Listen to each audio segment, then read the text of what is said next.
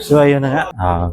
Paper Jam. So, ayan, good day sa inyong lahat. Nandito tayo ulit sa ating panibagong vlog, panibagong printer. HP SmartTank 520. Makikita nyo naman. So, problema nito is nasa papel sa ating note is Paper Jam. So, try natin power on. Yan, naka-on na. Check natin kung Paper Jam nga ba. Okay, nag-on, nag-zero. Ayun, dito banda, nag-zero na siya. Ayan, makita nyo, zero. So, still warm up.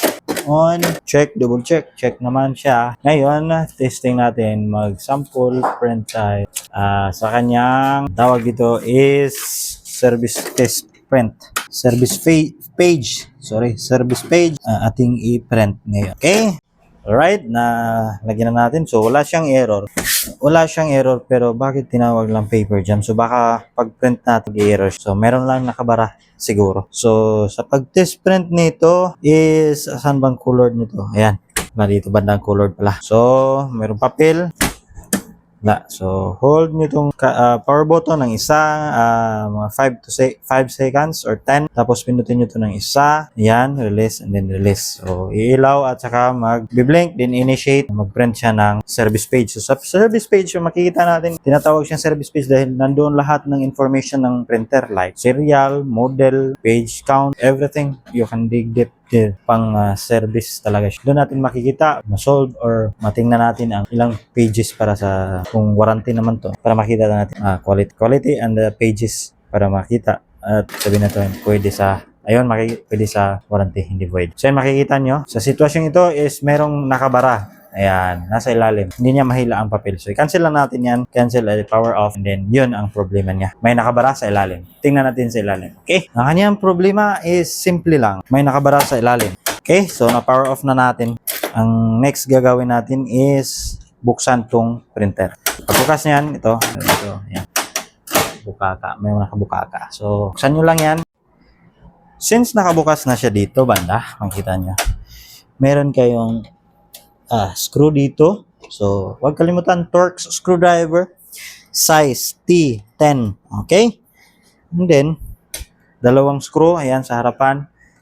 Parehas lang sa mga 500, 600 series. Almost the same lang sila. 4 lang na screw to. So, ayan. Okay? And then, saglit lang. Okay. Dalawa sa harapan, dalawa sa taas. Dito banda. So, 4. And then, pwede nyo na itong iangat. Hindi pala. Meron pa pala dito sa ilalim. 5 na pala to dito. Ayan. 5. Okay. And then, meron pa. Meron pa pala. 6 pala. Sorry. Ayan. 6 na screw. Ayan, 6 nga. Angat na natin. Same procedure. Pag-angat. And then, ito na yung sa loob. Okay. So, ngayon, since na natin, nakita na natin to, tanggalin na natin tong top cover niya.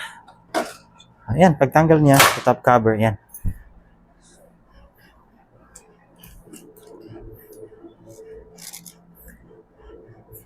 Tanggal na natin yung top cover.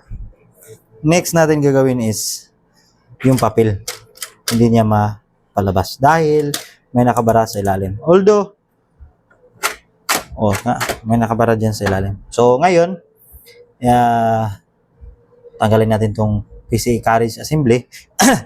And then, tingnan natin sa ilalim kung mayroon bang tawag dito na nakabara.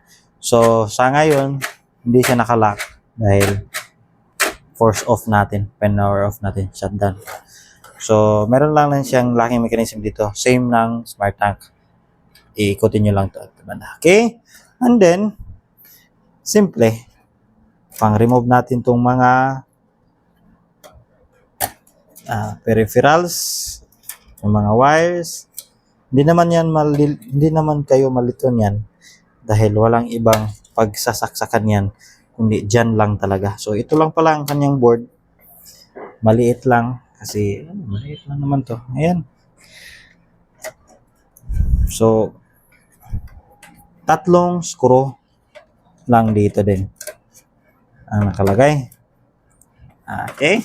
Isang pang metal, dalawang pang plastic. So ngayon, dahan-dahanin yung pataas. Okay? Yan. So ngayon, same procedure lang tayo. Okay? So ito yung main board. Tabi natin. So same location, same ano lang siya sa mga 600 series. In-update lang nila ng design. Design lang ang naibalita. So sa design, sa mga location sa mga screw, same, almost the same lang din. So pagtanggal niyan, dalawa at saka tatlo, pangatlo dito banda. So tatlong screw, dalawang plastic, isang pang metal. Okay? And then dito, since warranty pa to, bago tayo nakaunan nito, so nakalagay dito ang wire, tawag dito wire management, cable management sila. So ingatan natin, then pag ganun. Okay? O, diba? Kita nyo ng problema, madali lang. Taklob or cap sa ballpen nakalagay. So yan lang po ang nakabara dito. So, kaya hindi siya mahila. Okay? So ngayon, solve na natin itong problema nila. Napakasimple lang, napakadali. Kahit sino ano lang dyan. Makakagawa lang yan. Okay? So, since nakuha na natin, balik na natin ulit. Sa ginawa ko, hindi ko na tinanggal tong blue latch kasi sayang ang kanyang vacuum pa tayo ulit niyan. Sayang ang kanyang ink, nasa ink tube na. Pero talagang need yung baklasin to, blue latch, iangat nyo na.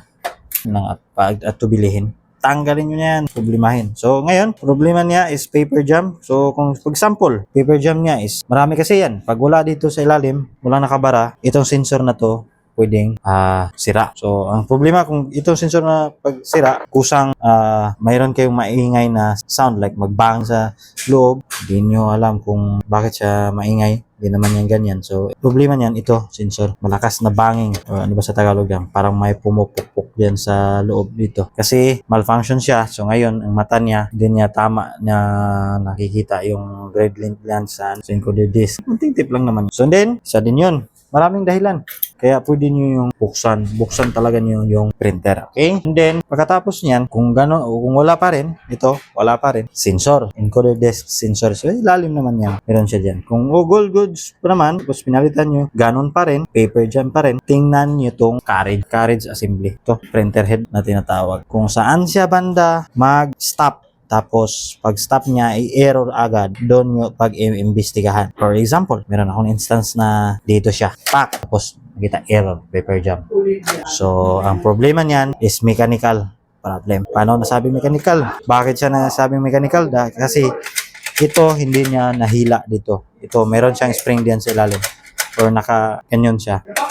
Is, ito, hindi kusang bumabalik. Ito lang naglalak dito. So, probably, error talaga yan. So, ito, mechanical. Pag-diskitahan din nyo to. Okay? And then, meron ding instance na wala siyang error. Pero pag mag-print ka na, yung papel ay hindi tumatagos dito banda. Hindi niya mahila kahit anong ikot ng gear. Problemado, gear wall dito banda. Merong maliit na gear wall yan. Parts na yan na naputol or na ano talaga diyan sa ilalim. Merong maliliit lang. Okay? So, ayun. Meron akong mga tips sa inyo. Yun ang error 4 or paper jam. Sa carriage jam naman, pwedeng itong sensor ang problema. Or pwede ang motor or flex cable. Yan, dalawa lang. Dalawa. Ito, maliit lang. Pero sa paper jam, masyadong marami. Okay. So, enough na ang ating daldal. Lagyan natin tong flex cable na scanner. Okay. Flex cable din. So, sa paglagay nyo ng flex cable dito banda, yung mga flex dito sa taas, ito at saka dyan, dahan-dahanin nyo yan. Kasi pwedeng masira nyo yung contact point. Okay? Kunting tip lang naman. Marami na akong instance na problema na ganun sira. Kakabukas, kakabalik. Right? So ngayon, para masubukan natin na talagang goods ang ating ginawa, lagyan nyo yung kalso dito. Okay? Lagyan nyo yung kalso. Ayan. Pag ganyan nyo, tingnan nyo sa loob paano behave ang printer head. So, ulit, ilagay natin to. And then, power on natin. So, i-align ko muna. Ayan. Para maayos siya. Agaray. Naku po. Tulog ba? Okay. Sorry. Ayan, pinalisuhan ko na. Pagkatapos na kalso, okay. Power on. Siyempre. On. Okay. So, tingnan nyo paano mag-behave ang carriage niya. Alright. So, ayan na po siya. Tingnan nyo, sinasabi ko paano mag-behave to, ha? Okay, para ma-diagnose o ma-troubleshoot nyo, mabilisan ang diagnose. So, ngayon, sa umpisa, okay, wala na siyang error. Siyempre, mag-test print na. So, mamaya, pa-behave muna natin. Lagay natin dito sa may left side. Home position niya, left side. Okay? So, kanina, na-force close force power off natin. So, ayan, merong locking mechanism yan. Hindi mo yan malagay dito. Okay? So, perform ng service page. Hold power button, pindutin ang isa sa copy button. Okay? Yan lang yan. Same procedure, same algorithm lang sa mga 500, 600 series na smart tank. Although, smart tank lang din to, pero 520. Yan. Okay? 3-in-1, also 3-in-1 din. So, moment of truth, tingnan natin yung quality print kung all goods pa naman. Alright, antayin lang natin. Yan, sa umpisa, matagal yan kasi bago pang bukas. So, yan, diba? Pag-print na tayo. Yun lang. Napakasimple, napakamadali. Okay, so all goods pa naman yung quality. So, ayan, makikita nyo, 215 pages pa lang na print. Makikita nyo dito sa ilalim, isang colored na printer head at saka isang printer head black. Ibig sabihin yan, di pa sila nakapagpalit ng printer head. Printer head, ilalim niya. Okay, so dito lang magtatapos ang aking video tutorial. Sana may natutulong ako sa inyo ng marami. So, para makapag-produce pa rin ako ng maraming video, sana tulungan nyo din ako na mag-subscribe sa aking YouTube channel. Facebook page din, meron tayo. Okay? TikTok din, meron tayo. Salamat! This is Faber Tican TV. Magpapal. Bye-bye!